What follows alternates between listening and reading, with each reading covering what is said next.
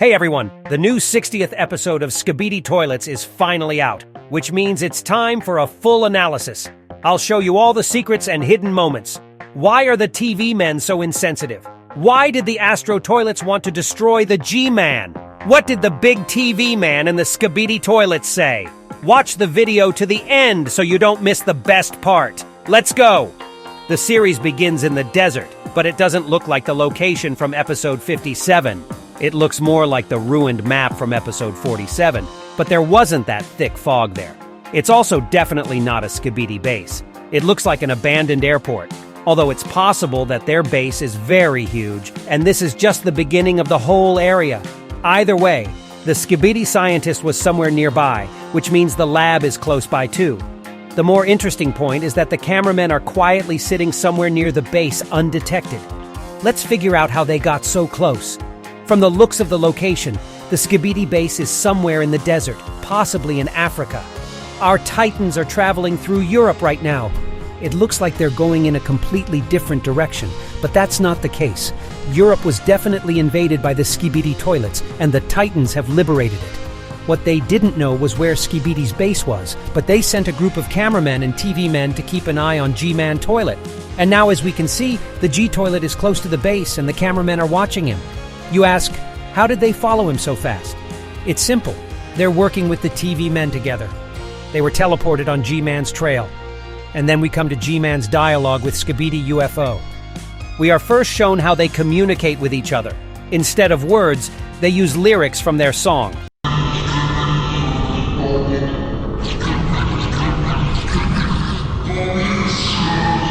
By the way, Dafuk calls these two guys in the video Astro Toilets. It is because of the way they move around. We will discuss this new technology a little later. Skibidi UFO speaks out his displeasure at first. He doesn't like that the G-Toilet allowed the Titan Speakerman to be freed from the parasite.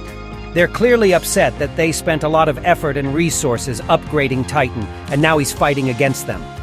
But as the UFO flies closer, he asks, "Did G-Man come here alone?"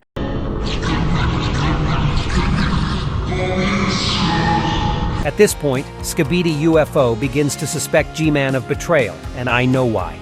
Most likely there are sensors placed around the base that detects agents nearby. That's why we can't see Skibidi's base proper. G-Man flew from Dubai to the base, the cameramen were on his tail, along with the TV men who teleported them. Then, as they approached the base, sensors went off, and the Astro Toilets flew out to check and stop the G-Man. That's exactly what we see in episode 60. So they didn't betray G-Man Toilet, they only suspected him of betraying them.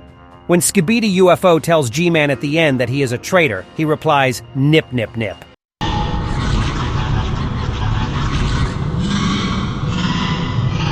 Which is like, no, no, no.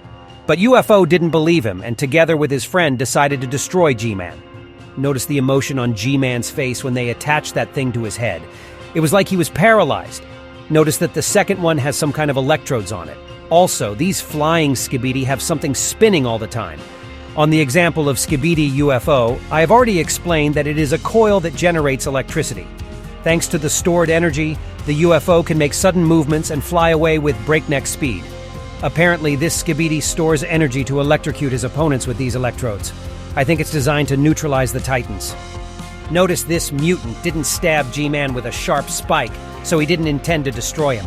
I think they wanted G-Man to confess and tell the truth about who he brought with him. But G-Man isn't a traitor. He was just badly wounded and paralyzed, so he didn't notice the cameraman following him. But then we see Skibidi the scientist, and it's crazy. This guy has grown to an incredible size. You see that G-Man is almost the same height as the Titan cameraman. So now imagine how much bigger this scientist is than all the Titans. I already told a theory about who created the toilet G-Man and why he is so huge. My theory was confirmed. It was Skibidi the scientist. He has the technology to make toilets bigger. And now he's applied it to himself, and he's huge too. Also, my theory that G-Man's no longer the main guy turned out to be true too. Look at that look in his eyes. He's looking at the scientist like a puppy at its master. By the way, notice that there are a lot of regular gray toilets around G-Man. At first, they look on with resentment, but when Skibidi the scientist comes in and kicks the Astro Toilets away, they start smiling. I think the scientist and G-Toilet are all such good friends. I thought G-Man would want to be the boss, but he probably wasn't the boss ever. He was just the very first huge invention of the Skibidi scientist, which is why the scientist trusts his friend and chases the guards away. I can't tell exactly what these guys are happy about. The fact that the scientist has arrived or that G-Man isn't a traitor and won't be destroyed.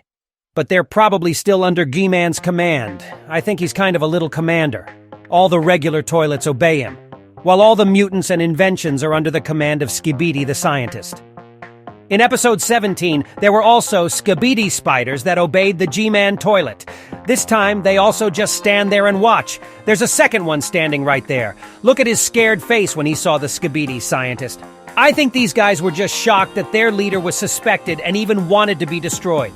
The scientist loves G-Man so much that he rips the mechanical arm off one of the guards. Eventually, the scientist notices the cameraman that caused all of this to happen. By the way, I didn't notice it right away, but the scientist appeared out of the smoke, which means he teleported. This means that, first of all, the base is probably far away, and secondly, he has the ability to monitor other toilets. If you look closely, you can see the windmills in the background. This may help us understand what this map is and where the action is taking place. I haven't figured it out yet.